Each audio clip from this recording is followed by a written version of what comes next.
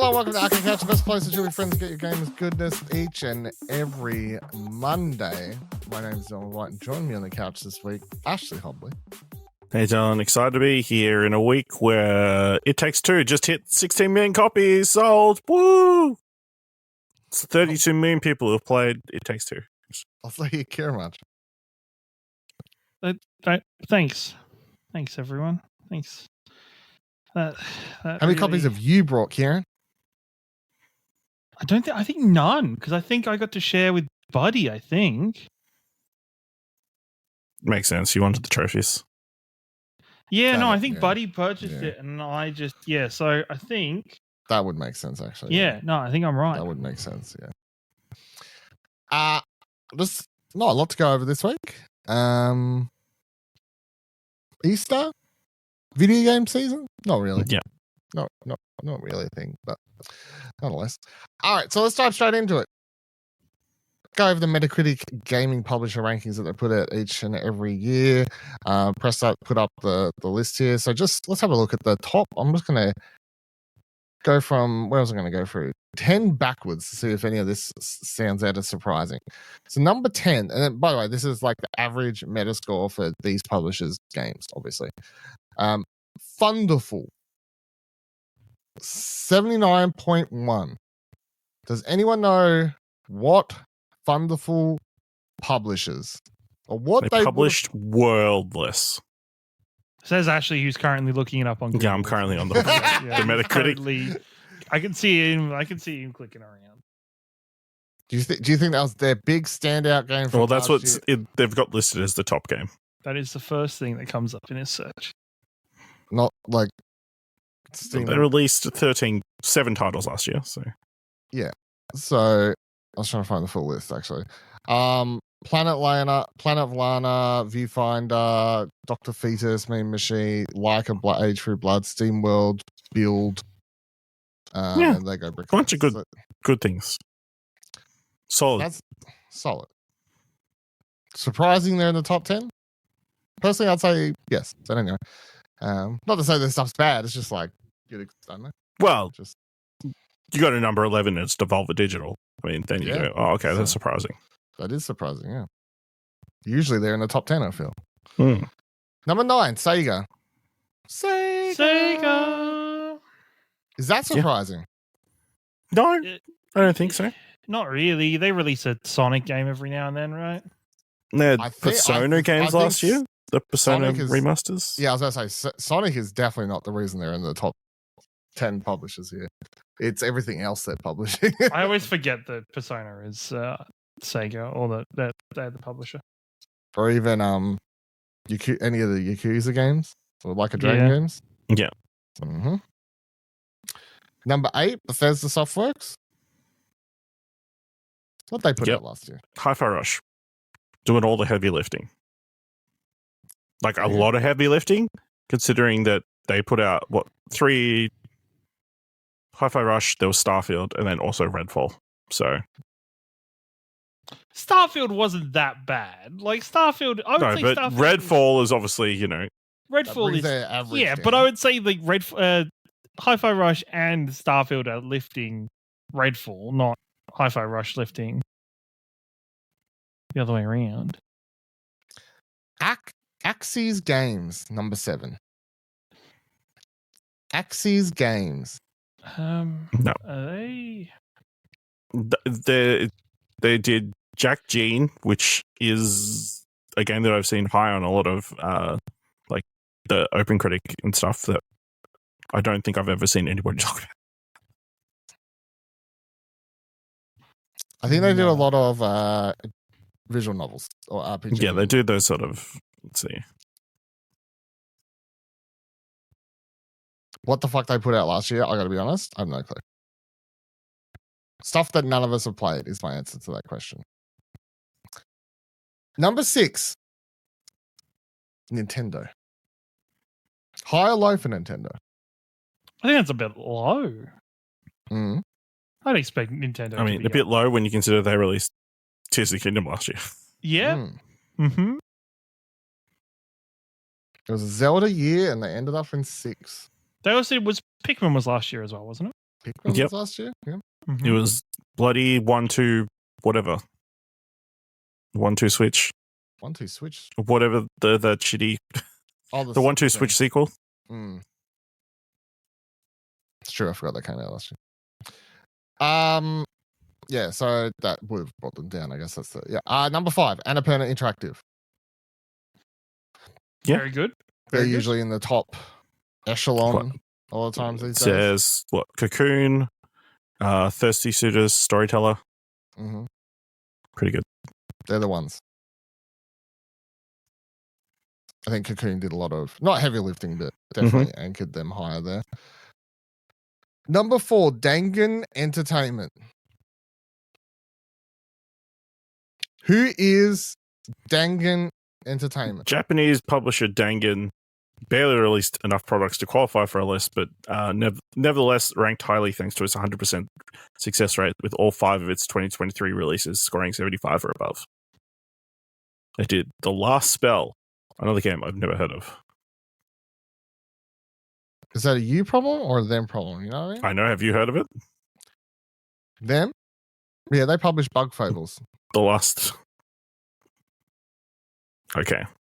That's all I got. Chorus Worldwide, number 3. Chorus Worldwide. Now, I know them as the Coffee Talk people. Yes, they did Coffee Talk, but they also published A Space for the Unbound. And I love that game. So. Oh, and they did with When the World Was Around. When the Past was around, sorry. And whatever. Yeah. Number 2, Raw Theory. Yep. Raw Theory does a lot of big caliber indie games. What they have last year's Cassette favorite? Beasts. No. Oh, Cassette Beasts. And American Arcadia. Which a lot of people love. Yeah. Oh, and Pizza Possum was last Pizza Possum. These games. I mean, we reviewed, or not we. Will reviewed American Arcadia first. He liked Yes. it. Superfuse he did as well. Fucking there you go. And the number 1 was Capcom. Resident Evil 4. Everyone loves it. Now, Kieran, as someone who loves Resident Evil 4 Remake getting onto so many top 10 lists, how do you feel about that being the leading cause for Capcom to be the number 1 publisher on Metacritic? I don't think it's like this one isn't so bad because this one is just makes sense because Resident Evil 4 was beloved, like Resident Evil 4, and it just kind of shows that okay, if Resident Evil 4 remake can like not single-handedly, but do a lot of the heavy lifting for a publisher, it makes it surprising that Nintendo is not higher because it just means okay, Zelda didn't do as well, I guess, heavy lifting wise. No, it's the other games that are dropping it down. Yeah. Capcom, yes. I think a lot of people forgetting is they had Exoprimal. So yeah, so they had the lackluster title, but they also had Street Fighter. Exoprimal did not do well. But honestly, I don't like for this kind of discussion. I don't mind. I think Resident Evil Remake. My only problem, I liked it and I enjoyed my time with it. My only problem with Resident Evil Remake is just its appearance on Game of the Year lists and in awarding when there's so many other things that deserve to be there for the without relying on the nostalgia factor or a title that's already been released and beloved before. That's fair. Mm-hmm. Well, anyway, that's the top 10 list, so you can look at that online if you want to look through the full list. Interesting. The other two, 11 and 12.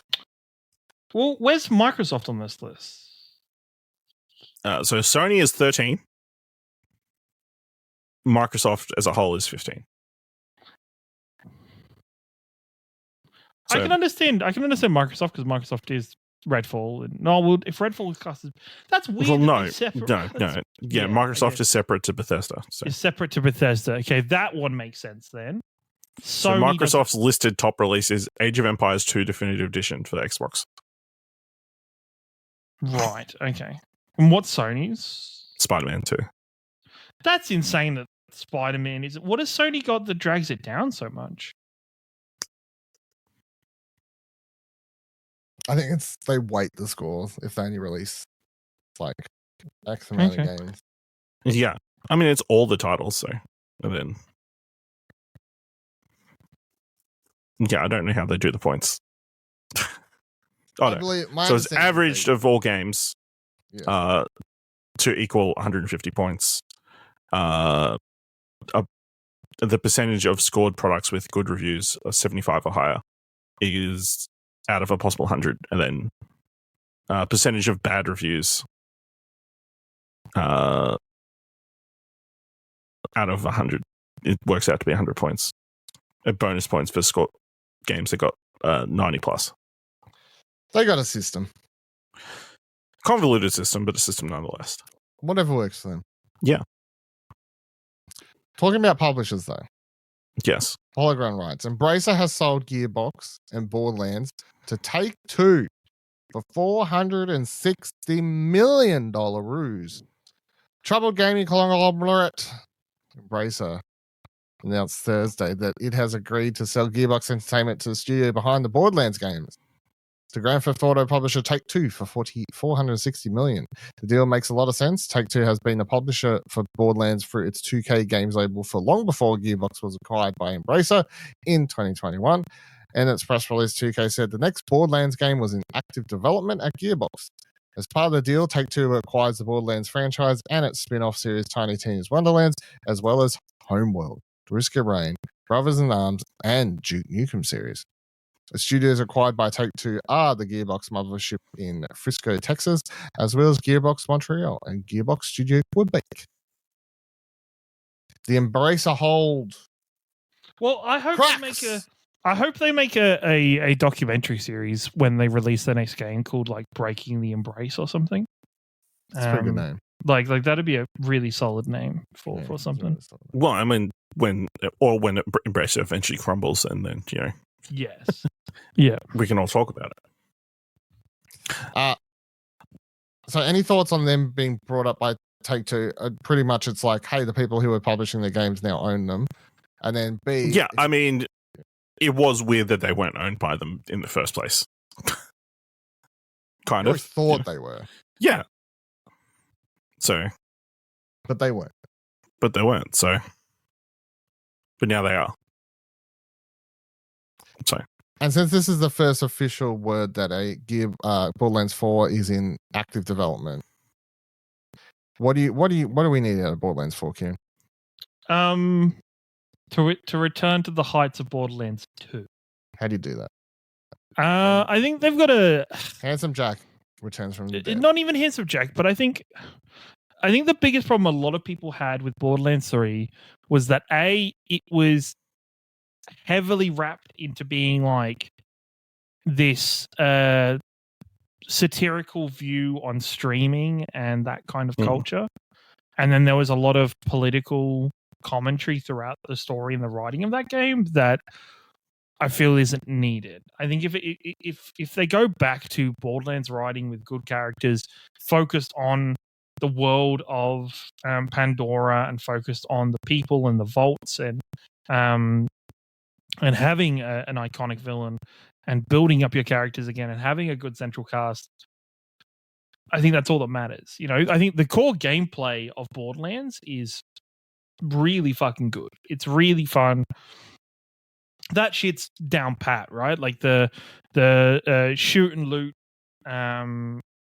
gameplay that they've got down pat with their style works really well. Continue to do it. Continue to build your guns. So they've already showed what they could do with Tiny Tina's Wonderland. Like, to take the Borderlands aspects and that game I thought was really good. It had the writing to back it up, and just to do it on a grander scale with a main title release.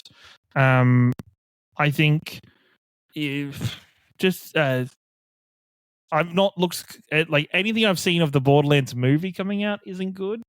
So it's just I put a lot of hope in Borderlands 4 to return to a lot of the things and a lot of the style that I love. Like Still to this day, I think, personally, I think Hansel Jack is one of my favorite antagonists in a video game franchise of all time. Like his feature in both Borderlands 2 and then also in the Tales of the Borderlands Telltale game.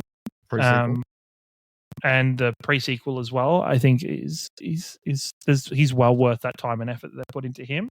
I'd love for them to not so much try and replicate it, but reach those heights again with another character and have that chemistry between the protagonist and the antagonist again.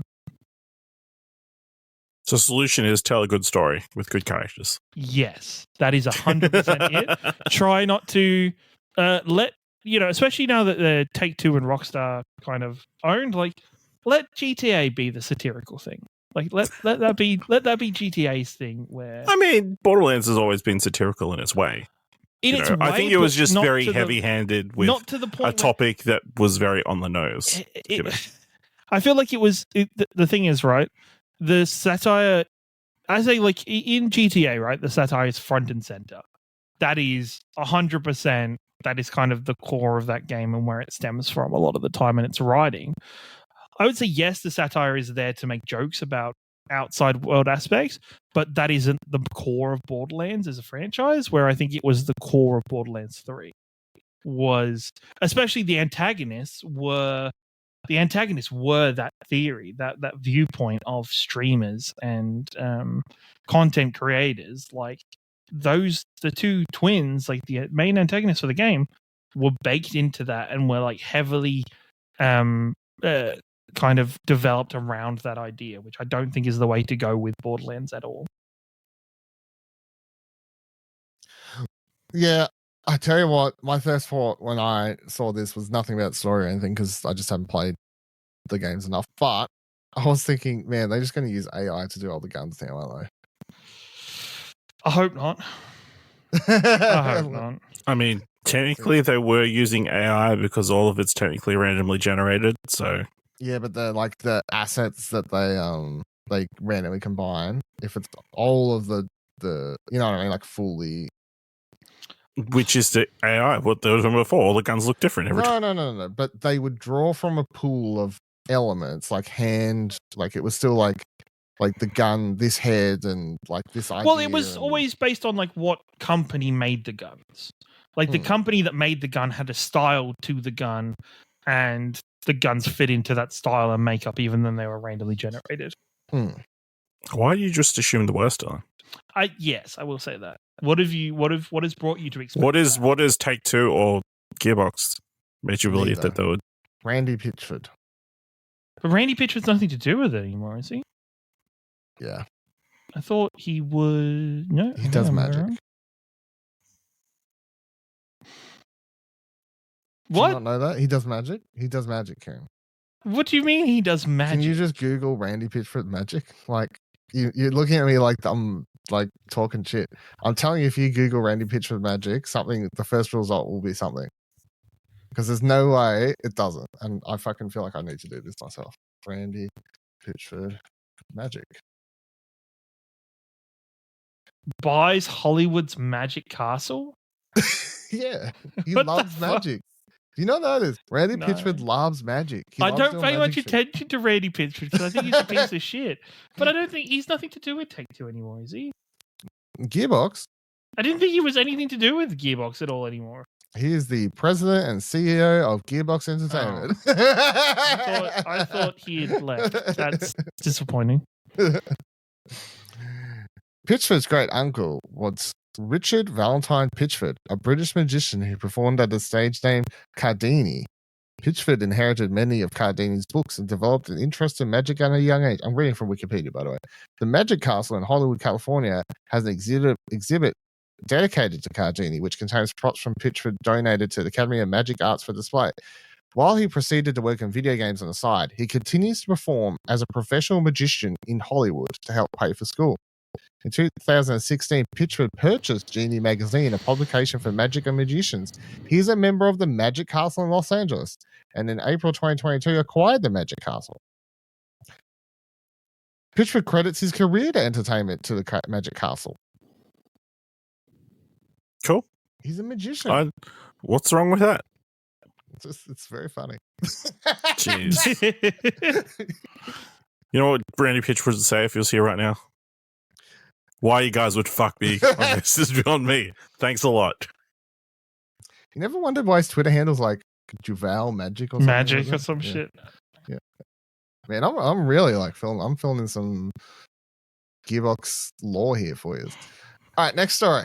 Marvel's Rivals is a new 6v6 hero shooting starring. Okay, that was your thoughts. Okay.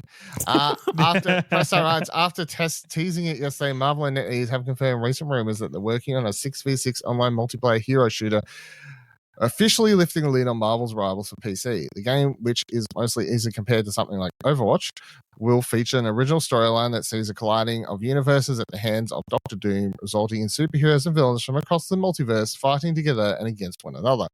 Despite the shooter moniker, Rivals naturally features mostly heroes who aren't so much shooting as using a wide variety of powers and melee attacks, so this isn't some sort of Suicide Squad situation where Marvel's handed out actual guns to a bunch of powerful beings that don't need them. NetEase looks to be giving the game a few points of difference to other similar titles with things like team-up skills, where different combinations of heroes can make special advantages like having Rocket Raccoon ride on Groot or using Hulk's gamma energy to charge Iron Man's armor. Maps will also feature environmental destruction for evolving strategies as matches go on. Naturally, NetEase will support the game over time with seasonal content that adds new heroes, challenges, and maps. So far, the playable characters shown off for the game are Black Panther, Scarlet Witch, Spider-Man, Doctor Strange. Hold on, Spider-Man may or may not be exclusive to the PlayStation version of the game. We don't know for sure. Well, it's only on PC. It's only on PC. Just because Yuri Lowenthal is fucking voicing it doesn't mean it's locked. Spider-Man, Doctor Strange, Rocket Raccoon, Groot, Hulk, Iron Man, Loki the Punisher, Star-Lord, Luna Snow, Magic, Magneto, Mantis, Namor, Penny Parker, and Storm. A closed alpha test for Marvel's Rival will be kicking off in May. Kieran, since you yelled out excitedly, looking forward to this? So I've already signed up for the alpha. Okay, so of course. I hope I get in. No, I'm interested. I think this game could go either way. Looking at the gameplay, it looks very much like Smite, which I wasn't the biggest fan of, but I could definitely see the Smite style. Smite was a MOBA, though. Smite was a MOBA, but Overwatch is a MOBA that's just a first-person shooter.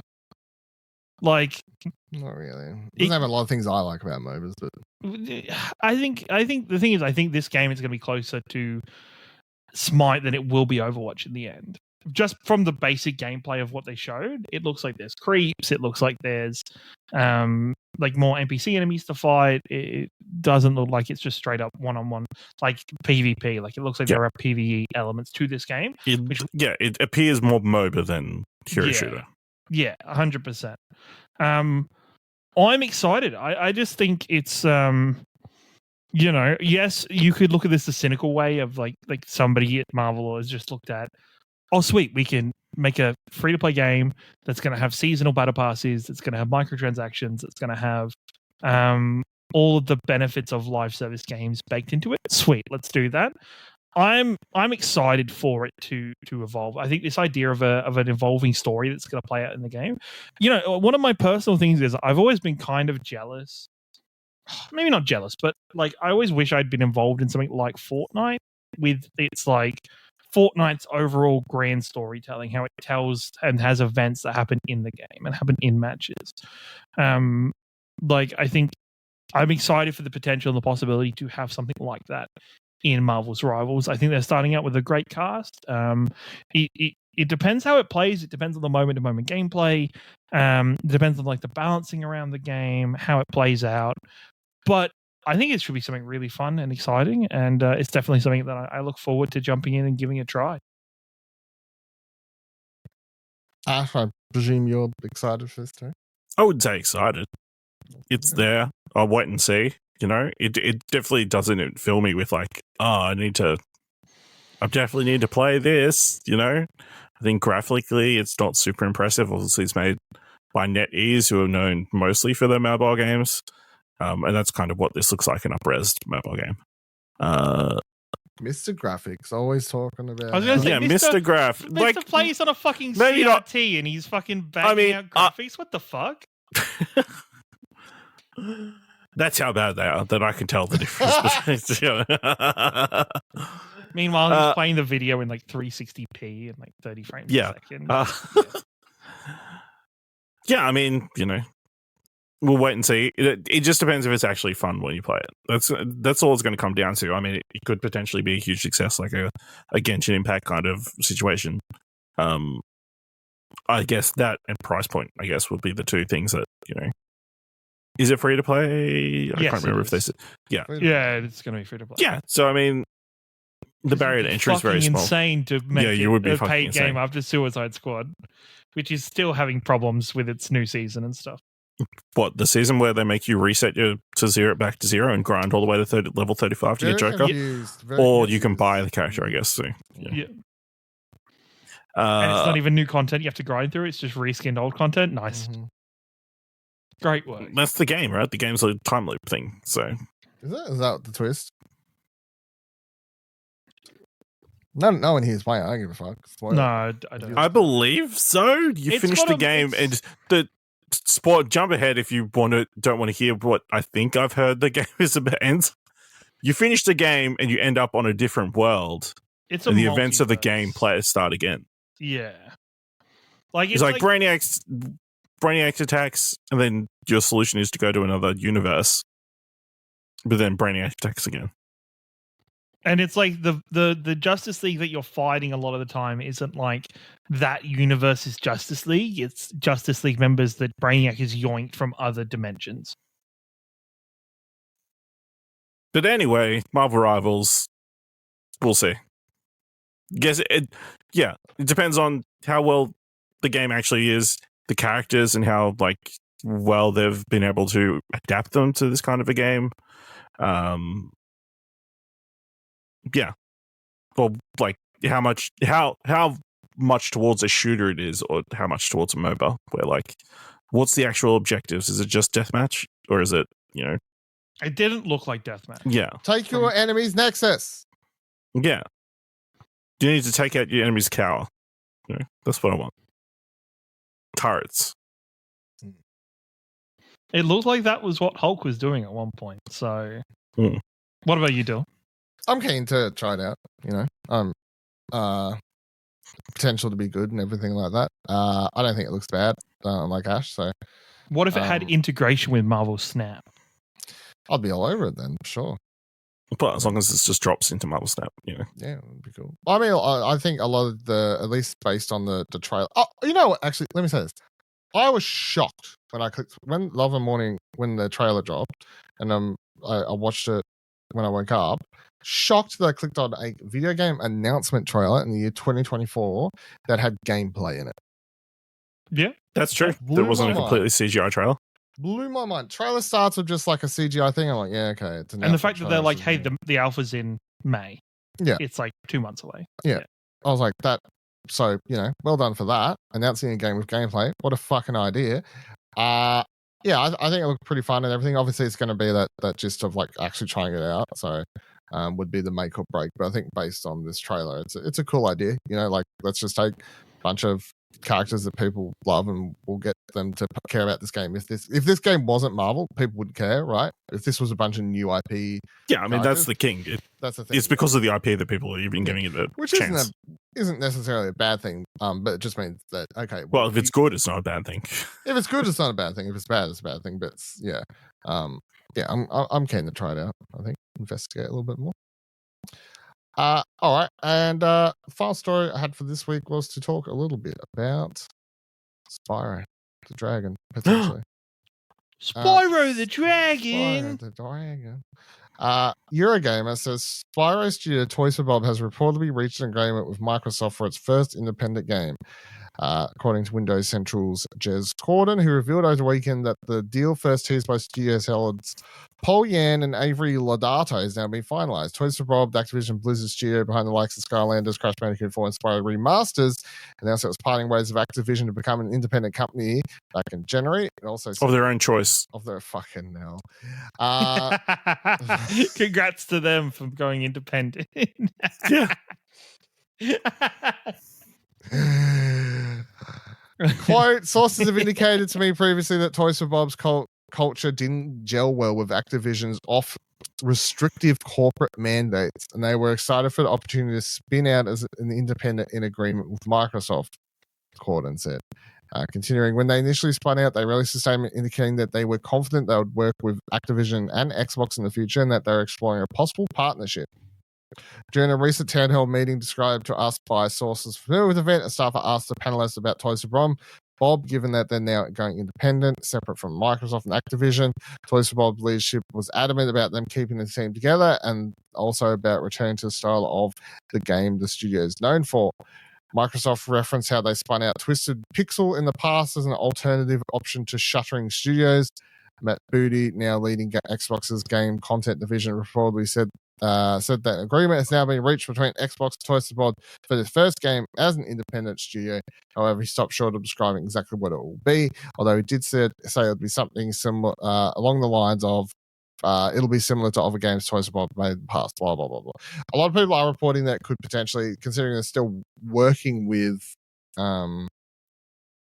Activision, that they could agree to give them the license to make they're making the game as an independent studio, but it'll be, it's an IP it's still, so they would still own the game. So what do you reckon? Are they going to make because the game that people have been wanting them to make next was a sequel to Spyro, because we got the Crash game, we got the Crash sequel, Crash Spyro sequel, and we I think they sequel. Reboot Spyro. Reboot Spyro. I think this is clearly why not just make 4. Why not? They're clearly going to remake Skylanders. No.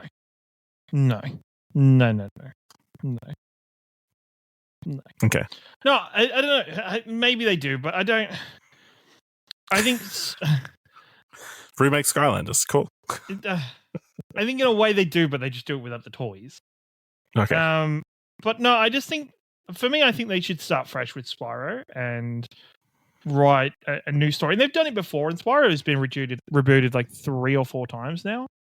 I think Spyro had a lot more story going for it and a lot more detail than Crash ever has. So Crash 4 happening, I think, is easier to happen rather than going back and making a new Spyro. And I just think it would be cool to start off fresh and to see what they could do, like they did with Ratchet and Clank. Even if they want to redo like an altered version of the first Spyro, but like change it a bit and update it and do what they did with with Ratchet and Clank, and then move into a new storyline or a new timeline for Spyro. Don't feel the need to remake and re-go over everything. Rehash, start with something fresh. What do you reckon, Ash? Other than Sky? I mean, I guess it depends on how quickly they want to turn something around. Like, do you remake the Legend of Spyro trilogy, or do you, redo the other titles that were included in the original run that weren't in the trilogy? So there's like Enter the Dragon was another soft reboot. Enter the Dragonfly. Yeah. Enter the Dragonfly, that was it. Sorry. Yep. Was another soft reboot. I don't know. I think they should just do something quote unquote new at this point. Like if they do a new IP, but it's like in their wheelhouse, that means they're creating a mascot platformer type thing that they're sort of known for. Could that even be successful these days if it's not based on a current IP with nostalgia factor? Wow, it depends on what they're wanting to do with it. Is Xbox going to pay to put it straight in Game Pass? Yeah, it depends on if it's like what was the rare one? Rare Replay? No, it wasn't Banjo Bolts and Nuts. No. It was, they pretty much did Banjo-Kazooie, but it was like a comedian. Ukulele. That's it. Ukulele. Yeah. Mm-hmm. I think that's wrong because it's like, oh, you guys just want to make Banjo-Kazooie, but you don't have the rights to make Banjo-Kazooie. Sure. Okay. That's fine. Mm-hmm. I feel like if they make something, they have to make something completely another mascot game, but like completely new, because we've seen that mascot games work. Because like Ratchet and Clank, that game was like Rift Apart was amazing with or without that being a Ratchet and Clank game. It wasn't because, but it was still, you cannot separate it from the fact that it's Ratchet and Clank. It's impossible to. But if you did something that level with a new IP, I think it would work anyway. I don't feel like it would have sold as well People are just going to buy it because of Ratchet and Clank. Yeah, but it's the same as in any entertainment at the moment. It needs to be IP adjacent or involved, like for any sort of money, any sort of big amount of money. Anything that is not in indie at the moment needs to be something based on IP. It has to be a remake, or it has to be a sequel or a remake. Yeah, unless you're like a massive studio at the moment. So I think so. But the thing is, when I say do something new, I mean do something new with Spyro. Oh, okay. Yeah, it's like the same thing as me being like, and it's something I've been thinking about a little while. I really want Sucker Punch or somebody at Sony make me a new fucking Sly Raccoon game. Like make Sly Cooper, make it another iteration of Sly Raccoon. Start that shit again. Like I know it's they did bad. Make a fourth one. They make a fourth one, but I want them to made by Sanzaru. Go again though. Go again on modern day systems using the platform properly. Do what you've done with Ratchet and Clank Rift Apart, but for these other really iconic characters that you've had. I'm down for that because I love that series, and that fourth game actually ends on a cliffhanger. On a cliffhanger, right? Like do Sly Cooper. And I know people are like, oh, you don't want to. Remakes are working though, and there is some good remakes, but then it's just there's so much potential with IPs that are left. It's never going to happen. I've forever Soul been Reaver. Begging for a Legacy of Kain / Soul Reaver. You knew where I was fucking going with it, right? We've been podcasting for 6 months over here. like Legacy of Kain / Soul Reaver is, one of my all-time favorite franchises. Like it's there's so many franchises and IPs that they have in their even if they don't want to do it as like I'm talking in general now. I'm not talking about Toys of Bob, but stuff like Infamous, like Second Son was not great, but at the same time, it was still really fun to play. I still think there are so many IPs out there that these studios. Do you know why they called it Second Son? Why? Because it's Second Son. No, it's because they couldn't call it first because it would be like to relate to how he wasn't actually a First Nations person playing a character. But yeah, okay, yep, yep, okay. Yeah, okay, yep. Mm-hmm. It's your boy. It's your boy. Troy Baker.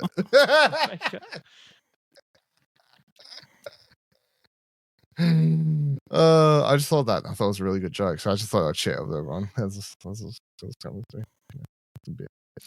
What else would Toys for Bob do otherwise? You wouldn't want them to do anything outside of mascot thing, would they? Would you? Especially when they're saying that's what they're known for. The thing is, right, there is... maybe Toys for Bob does need to do something else. Would you have, 10 years ago now, 10, 15 years ago, would you have said, Naughty Dog shouldn't be doing anything but hero-related stuff? No. You at the time, you would have been like, yeah, no, Naughty Dog should keep doing Jak and Daxter, or should keep doing Crash Bandicoot, or something along those lines.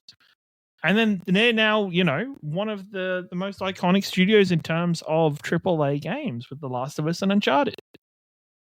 At some point, these studios do have to have the opportunity. Right? Yeah, I guess. I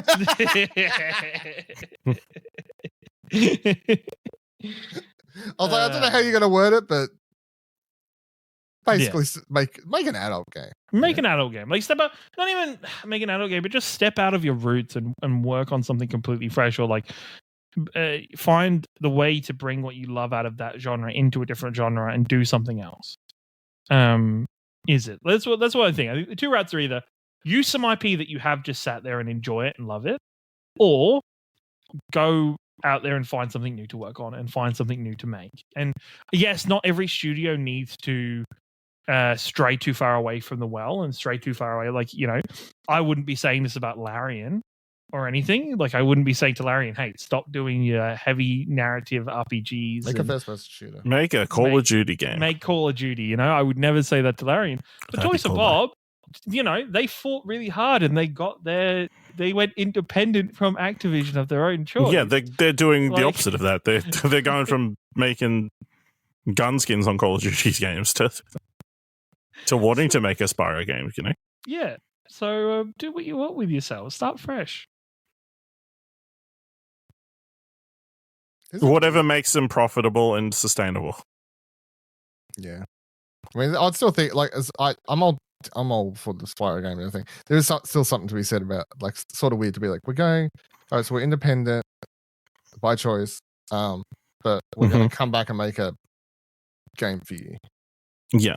That's our first thing we're going to do. We're going to work with you again. I guess it's like, but the thing is, I guess it's maybe when Toys for Bob were leaving, they were kind of like, hey, can we take Spyro with us, or can we take this IP with us? Like, and no, Activision we're not doing. Fuck no, that's we're not making that. We're not making the same mistake Square Enix did with Hitman. Yeah, fuck no. Like breaking up with your partner and then like coming back to the apartment you lived at to get cucked by their new partner. Or? No, it's not even cucked, right? No. It's you.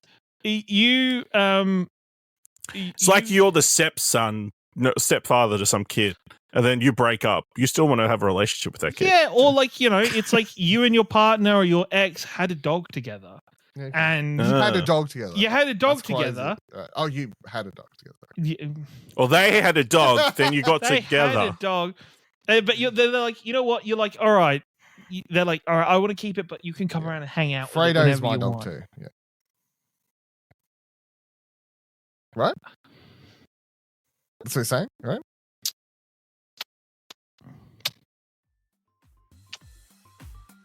Anyway, thanks for joining us on this week's episode of Arcade Couch. Of course, you can follow us on Twitter. Tweet us on Twitter. explosionhour.com/Twitter. Take you to our X page. Join our Discord, explosionhour.com/Discord. If you like the website and or this podcast or both things at once, head on over to our Ko-fi page at explosionhour.com/support. Donate as little as $1. And until next week, same time, same couch. Goodbye.